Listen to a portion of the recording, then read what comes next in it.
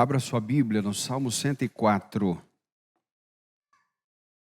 Depois desse salmo, nós só temos mais dois para encerrar o quarto livro dos Salmos.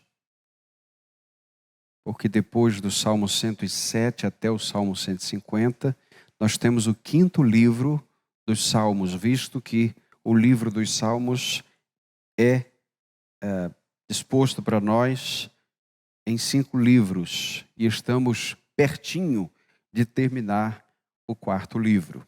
Portanto, abra aí e mantenha de pé, aberto esse texto, que é o Salmo de número 104.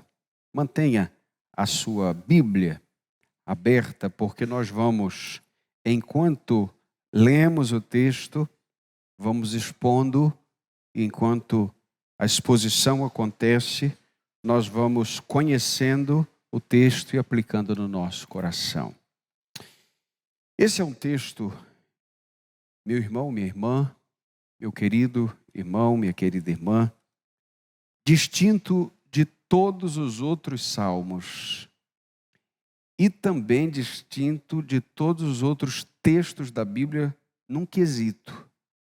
Não distinto na essência, nem na mensagem, mas por ser o maior cântico sobre a criação de toda a Bíblia. Está aqui, o Salmo 104. É o maior cântico de adoração quanto à obra criadora de Deus em toda a Bíblia.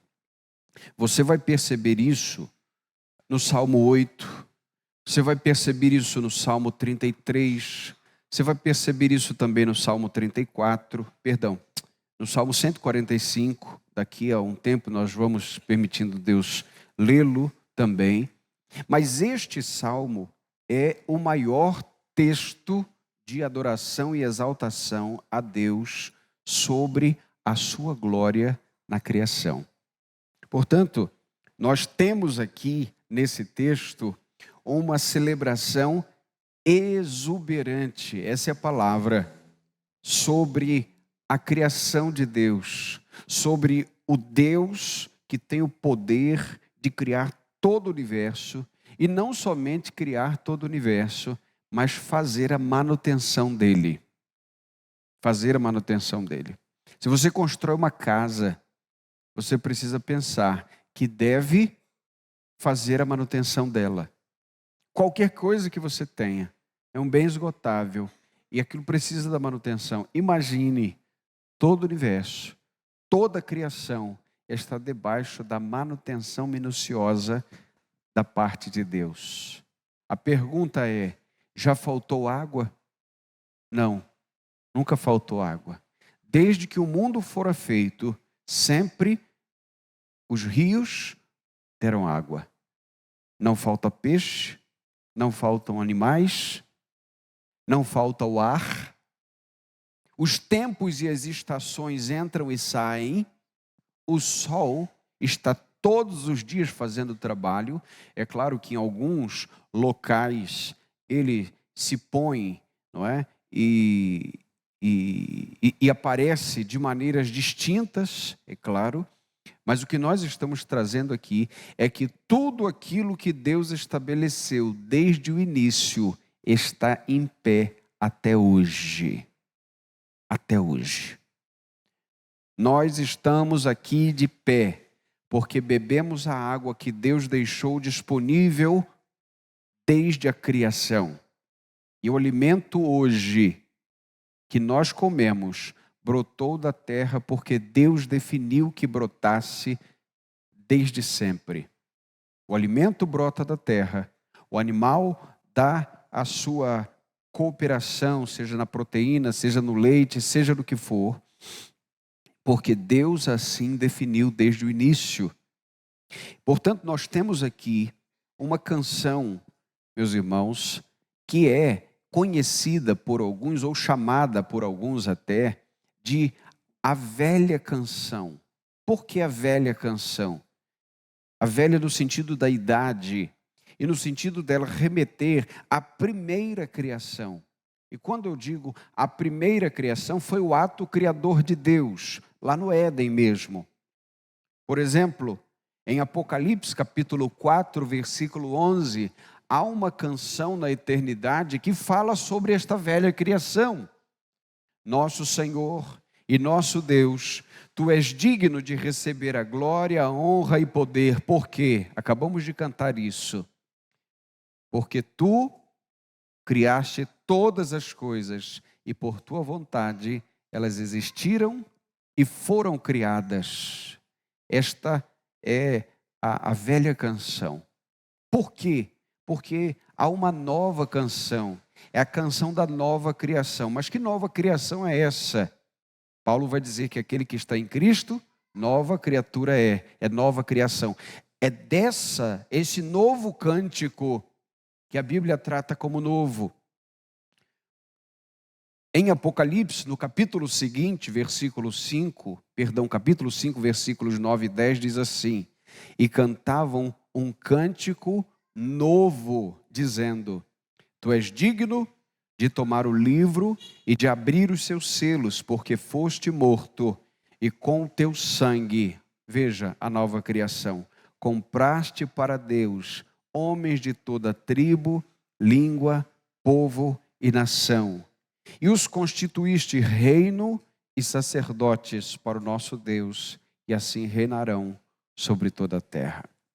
Bem, quando nós lemos esse salmo, percebemos então que o salmista está adorando a Deus, mas este salmo aqui é uma meditação do salmista, uma meditação particular.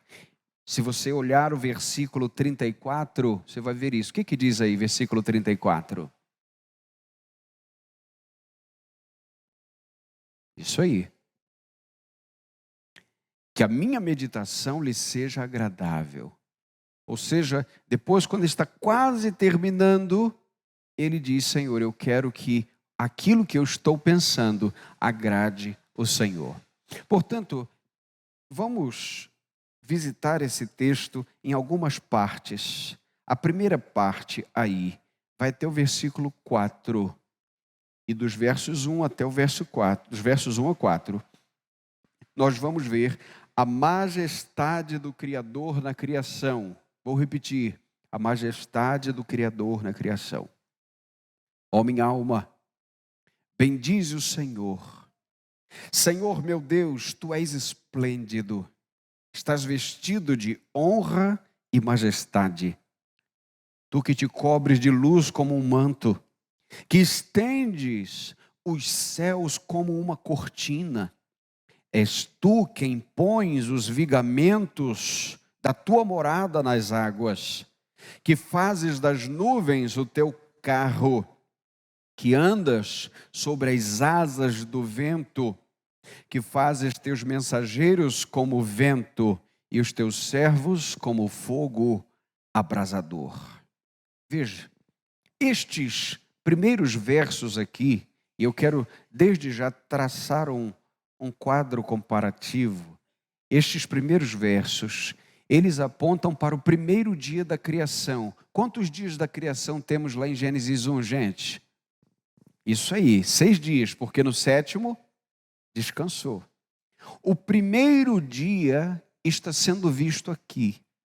Só que este salmo não fala da criação sob o ponto de vista da criação, mas louvando o Criador. Ele é esplêndido. Todas as suas obras são maravilhosas e apontam para Ele. Paulo, quando escreve a sua carta aos Romanos, no capítulo 1, no versículo 20, vai dizer que os atributos invisíveis de Deus e o seu eterno poder e divindade são vistos claramente desde a criação e percebidos mediante as coisas criadas. Portanto, veja, Deus está sendo visto aqui como majestoso, como esplêndido por aquilo que Ele fez. O texto diz que Deus está coberto como um manto de luz. Olha a expressão, gente, um manto. Sabe o que é um manto? aquilo que cobre. Paulo, quando escreve a sua primeira carta a Timóteo, no capítulo 6, no versículo 16, ele vai dizer que o nosso Deus habita em luz inacessível. É disso que ele está tratando aqui. Ele fala também que os céus são como cortina. Então, a primeira expressão aqui é manto, a segunda, cortina. Isaías capítulo 40, versículo 22, diz que o Senhor estende os céus como cortina para nele habitar. Ele ainda fala que a sua morada está nas águas, ou seja, ele controla as nuvens, os ventos. O texto ainda diz que ele está sobre as asas do vento e que os seus servos são como fogo. Então veja, fogo, vento, águas, cortinas, luz, manto. O que significa? O que esse texto está mostrando? É que Deus se apropria da criação e usa tudo conforme lhe glorifique. Eu não uso uma cortina? Um manto? O fogo? Assim Deus também usa para a sua glória toda a criação. Portanto, nesse primeiro momento, nós percebemos a majestade do Criador na criação. Mas em segundo lugar, no segundo momento, dos versos 5 a 9, o Criador começa a criação. Verso 5 diz: lançaste os fundamentos da terra, para que ela não fosse abalada em tempo algum. Do abismo a cobriste como uma veste. As águas ficaram acima das montanhas. Fugiram sob a tua repreensão. A voz do teu trovão puseram-se em fuga. As montanhas elevaram-se e os vales desceram até o lugar que lhes determinaste. Estabeleceste limites para que não os ultrapassassem e voltassem a cobrir a terra. Está aqui o momento em que Deus separa águas e terra. O Senhor separa a terra firme das muitas águas. E está aqui o terceiro dia da criação. Foi assim que Deus fez. Você vai ver isso em Jó capítulo 38. Tem uma linguagem muito semelhante. Você vai ver isso também em Provérbios 8, a partir do 22, uma linguagem muito semelhante a essa. E os três textos mencionam o fundamento da terra. A terra não será abalada. Meus irmãos, tenhamos cuidado com aquilo que nós ouvimos como notícia. Sim, as catástrofes acontecem, é verdade. Mas cuidado, por exemplo, quando você ouvir certas coisas do tipo: está vindo um grande meteoro, um asteroide, e vai colidir contra a Terra e vai destruir tudo. Essa história já vem desde o tempo mamadeira de vidro. Muito tempo. Nunca aconteceu. Nem nunca vai acontecer. Fique em paz. A terra não será abalada. Isto é literal. Importante que a gente entenda isso. A terra está firme. Os fundamentos da terra foi o Senhor quem fez. E o dia que isto for destruído e refeito conforme o Senhor assim quiser, será o dia que Ele fizer. O dia que Ele cumprir, fazendo novas todas as coisas. Por enquanto, nós temos aqui sim catástrofes naturais, nós temos fenômenos pesados, mas tenha muito cuidado com aquilo que você fica ouvindo. As geleiras vão descongelar e vai morrer todo mundo afogado. Gente, geleira descongela desde que o mundo é mundo. O mar vai subir, da mesma forma que sobe e desce. Fique em paz, o Senhor está governando sobre as águas.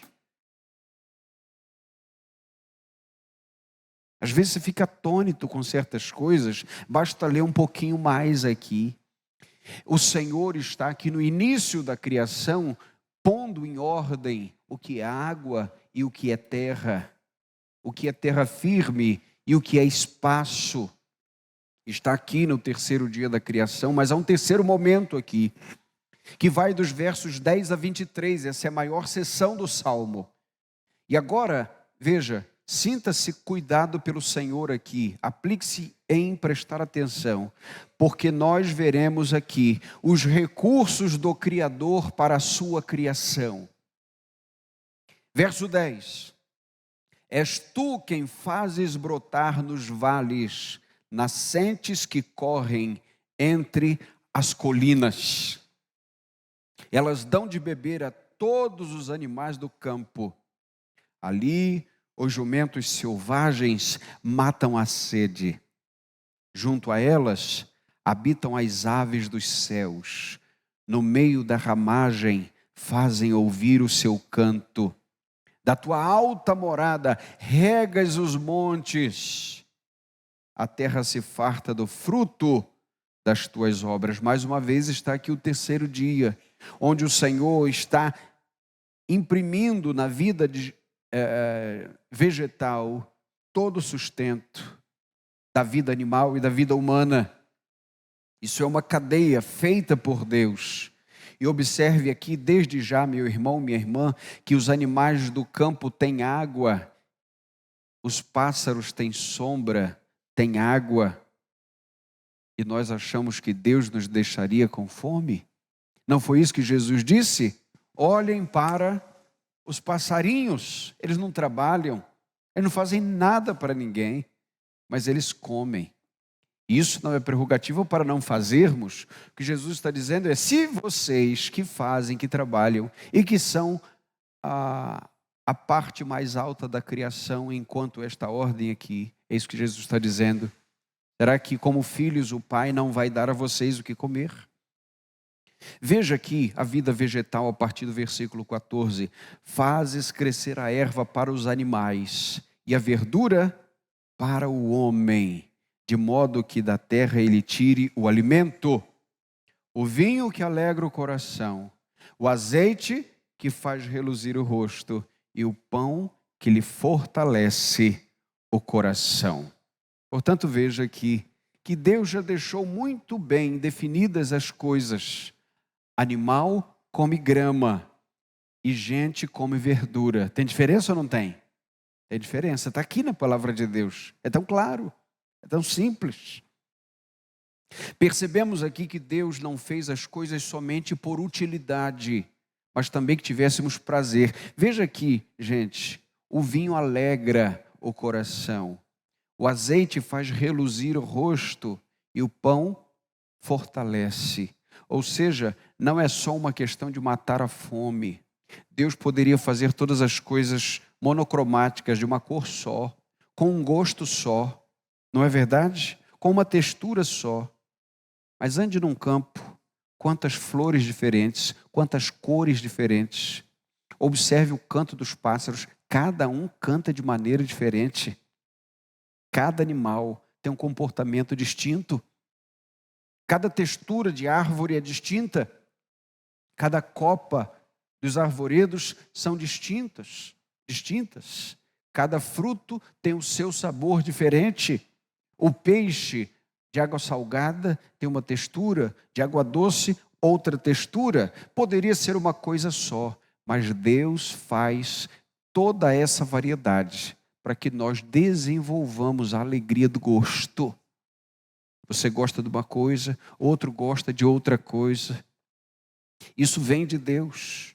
Verso 16: as árvores do Senhor estão satisfeitas, e os cedros do Líbano que ele plantou, onde as aves se aninham, mas a casa da cegonha está nos ciprestes. E veja aqui, os altos montes, diz o verso 18, são refúgio para as cabras selvagens, assim como as rochas para os coelhos. E a partir de agora entra o quarto dia, o cenário do quarto dia. Você vai ver isso nos versos 19 e 20. Você vai ver aqui uma fluência das estações, não é? Que Deus faz com o sol, com a lua, com as estrelas. Veja aqui. Ele designou, verso 19, a lua para marcar as estações, e o sol sabe quando se põe. Faz as trevas, vem a noite, quando saem todos os animais selvagens. Versos 21 a 23. Os leões novos rugem pela presa e de Deus buscam o seu sustento. Ao nascer do sol, logo se recolhem e se deitam em seus esconderijos. Verso 23, lê comigo. Então o homem sai para o seu labor, para o seu trabalho, até o fim da tarde. Notou que coisa linda Deus fazendo aqui, até o horário do homem trabalhar?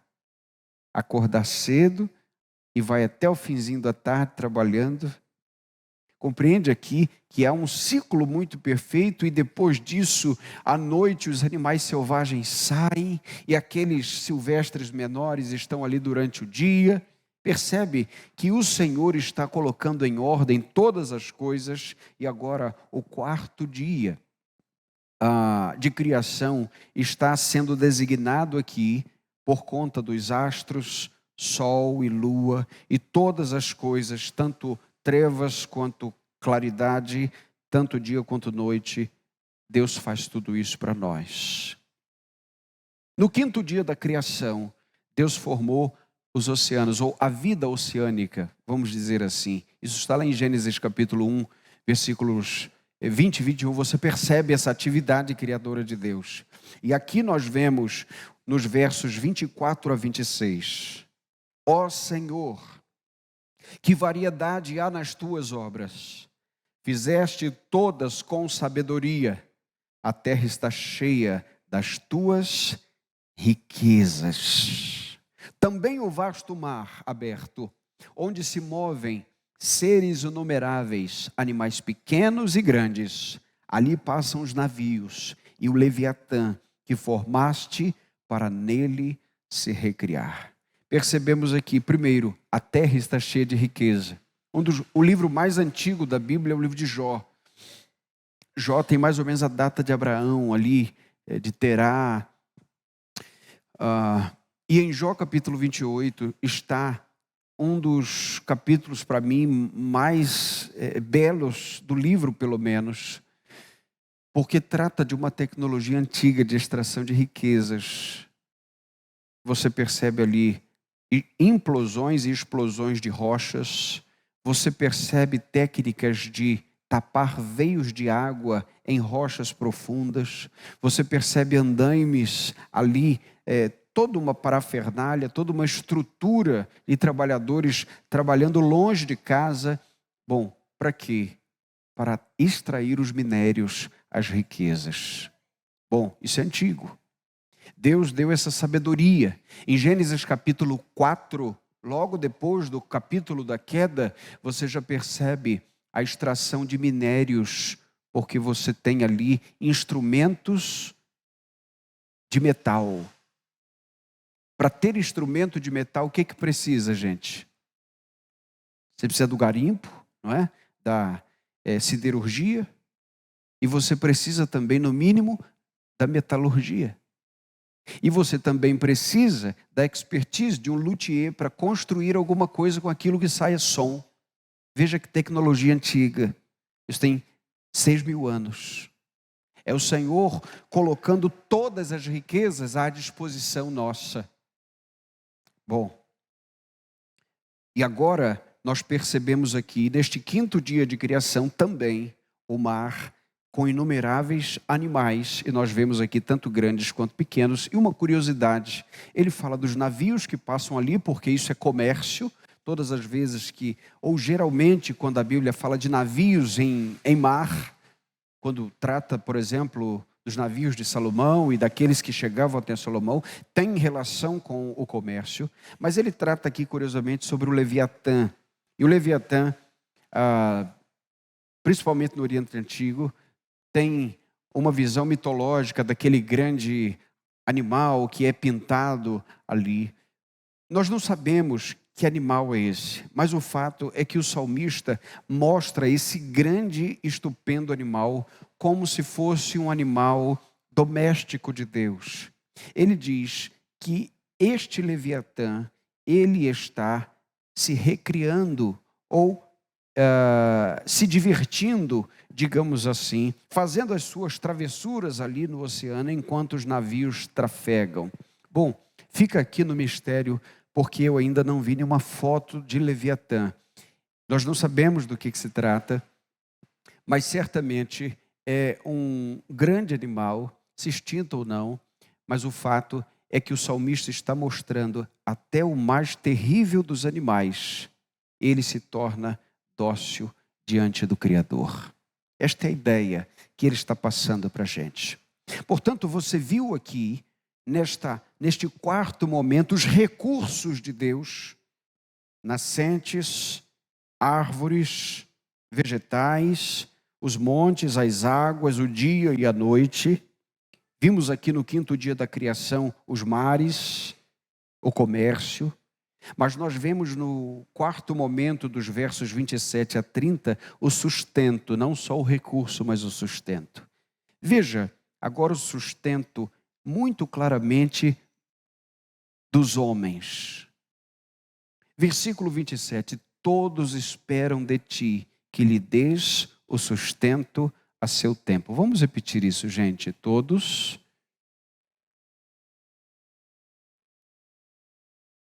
Deixa eu te perguntar, se chover, tem colheita? Não chove um ano, não chove dois, não chove três. Quem vai colher o quê? O gado vai comer aonde? Vai comer o quê? Vai beber que água? Morre o gado, seca a planta,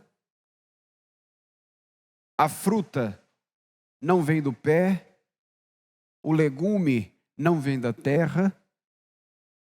Todo mundo planta, mas está todo mundo esperando o que, gente? Que chova, tá certo? Tá aí. Todos esperam em ti, que lhes dês sustento a seu tempo. Tu lhes dás, eles o recolhem. Abres a mão, eles se fartam de bens. Escondes o rosto e ficam perturbados. Se lhes tiras a respiração, morrem e voltam ao pó. Envias o teu fôlego e são criados, assim renovas a face da terra. Está aqui o sexto dia, o Senhor soprando o fôlego em Adão e agora repetindo essa graciosa atitude com todos nós. Nós temos o fôlego vindo de Deus. Chegamos então no versículo 30, que é o ápice dessa criação, a criação humana e o cuidado de Deus. Até que na última e quinta parte, nós encerramos, o salmista encerra com a adoração da criação ao Criador. Versos 31 a 35. Permaneça para sempre a glória do Senhor. Está adorando a Deus aqui. Regozije-se o Senhor em suas obras. Veja, vamos repetir isso. Regozije-se o Senhor. Já parou para pensar nisso aqui? Deus olha o que faz e se alegra. Lembra quando ele disse, quando o texto de Gênesis 1 diz, e viu Deus que era bom. Ele olha e diz, gostei. Achei bom. E quando ele faz um homem, o que ele fala? Fala, gente. Porque tudo é haja, faça. E ao homem ele diz, façamos. A Santa Trindade, façamos. Aí não é bom. E viu Deus que era muito bom. Olha aqui. Permaneça para sempre a glória do Senhor. Regozije-se o Senhor em suas obras. Um Deus que se alegra conosco. Um Deus que se alegra na sua criação. Ele olha para a terra e ela treme. Toca as montanhas e elas fumegam. Aqui uma expressão vulcânica talvez. Agora ele para de convocar a adoração e ele diz, eu vou adorar. Verso 33. Cantarei ao Senhor enquanto eu viver. Cantarei louvores ao meu Deus enquanto eu existir. que a meditação, que a minha meditação lhe seja agradável. Eu me regozijarei no Senhor. Agora o louvor termina com uma oração surpreendente. Veja, sejam eliminados da terra os pecadores e não subsistam mais os ímpios. Parece que isso aqui está fora de lugar. Será que essa oração não é de outro salmo? Não. O que o salmista está dizendo é: Senhor, quando o Senhor fez todas essas coisas, o Senhor fez perfeitas. E o pecado entrou, destruiu um monte de coisa. Agora minha oração é que o Senhor um dia destrua tudo que é pecado contra ti, para que todas as coisas voltem a ser como sempre foram. Portanto, ele termina: ó minha alma, bendize o Senhor, louvai o Senhor. Vamos dizer isso juntos: ó minha alma, bendize o Senhor, louvai o Senhor. 3 aplicações importantes para que quando sairmos daqui, nós saibamos o que fazer, uma vez mais, com um texto como esse. A primeira: nós precisamos confiar na provisão do Senhor e no seu cuidado para com a nossa vida. Vamos repetir aqui: confiar na provisão e no cuidado do Senhor para com a nossa vida. Provisão, cuidado, recurso. Você sabia que às vezes você não precisa de dinheiro, você precisa de recurso? É verdade. Você lembra quando os salteadores deixaram quase morto aquele homem no caminho e o bom samaritano da parábola chegou e ele tinha dinheiro para hospedagem, mas ele tinha também azeite para passar nas feridas. Ele tinha um animal para colocar o homem em cima. Não era dinheiro, era recurso. Se você passa mal à noite e todas as farmácias estão fechadas, não adianta ter dinheiro. Mas se você tem a medicação certa, você tem o recurso. Então, às vezes, nós estamos pedindo dinheiro e Deus está mandando recurso e a gente continua querendo dinheiro. Deus provendo, porque Deus não precisa de dinheiro para cuidar de nós, ou precisa? Ele é dono de tudo. Do ouro, da prata, da água, da comida. Se Ele não mandar o dinheiro, Ele vai mandar o alimento. Se Ele não mandar o recurso, Ele vai mandar aquilo que você precisa, a roupa. Ele vai mandar o travesseiro e a cama. Não é a promessa dele para nós? Olhe para o Salmo 104 e perceba que ele não deixou órfão o passarinho, a cabra selvagem. As árvores inanimadas têm o seu lugar. São as árvores de Deus. Os monstros marinhos ou os animais menores da fauna oceânica, todos eles a seu tempo andam, nadam no radar que Deus determina.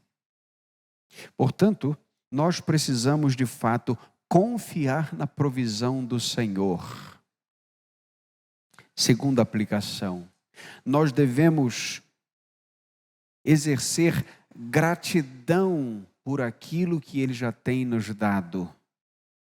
Gente, um coração grato é um coração que parece com Jesus. Porque a gratidão é um reconhecimento de que Deus fez todas as coisas e não nós. Portanto, um coração que murmura o tempo todo, um coração que nunca está bom. Para quem nunca está bom, você lembra de Eclesiastes? Se não me engano, capítulo 1, se não for o capítulo 1, capítulo 2, me fale agora qual o capítulo, mas é um desses dois. Ele diz o seguinte: não dá para contar o que falta. Veja, você pode contar o que tem, mas não o que falta. Você pode contar dizendo: tenho 2 carros, tenho 1 carro. Mas você sempre vai pensar o seguinte: este poderia ser melhor se eu tivesse assim, se eu tivesse. Ou quem sabe se eu tivesse uma casa em tal lugar. Ou quem sabe se eu tivesse mais um recurso aqui. Ou seja, nunca você pode presumir o que ainda falta na sua vida. Mas um coração grato não conta o que falta. Um coração grato agradece pelo que já tem. Essa é a segunda aplicação para a gente. Deus está mandando alimento, gente? A gente está comendo? Sim. Está tudo certo. Se caiu um fio de cabelo da tua cabeça, essa semana, hoje, Deus está vendo. Em uns cai mais rápido, outros não tanto. Deus está notando tudinho. Está tudo debaixo da direção dele, do cuidado dele. Terceira e última aplicação. Nós precisamos adorar a Deus pela majestade dele na criação. Uma paisagem não é só uma paisagem. É a paisagem que Deus tornou disponível para nós no dia de hoje. Um sol se pondo é uma bênção de Deus. Hoje de manhã estava um frio, não estava? E aqui no escritório da igreja estava gelado a beça. No momento do almoço, teve aquele sol abençoado. Eu fiquei no sol assim, dando aquela esquentada legal. Tirei o calçado e botei o pé no sol assim. Coisa boa, gente. Coisa boa. Mas aí no frio da noite, você pega um cobertinha. É bom para dormir. É Deus fazendo tudo, o frio, o calor, a noite, o dia. Em tudo dai graças. E nós devemos louvar a Deus por todas as coisas. Que a gente não acende o sol. E nem abre a torneira da chuva. Quem faz tudo isso é Deus. A Ele a honra, a glória e louvor. Obrigado, meu Deus, tua honra, glória e louvor. Todas as coisas foram criadas pelo Senhor. Tu és digno, Senhor. Isso é adoração. Grandioso és tu, grandioso és tu. Que Deus nos abençoe nessa noite com essa palavra mais uma vez, em nome de Jesus. Amém e amém. Primeira Igreja Batista de Muriaé, 90 anos. Glorificando a Deus e fazendo discípulos.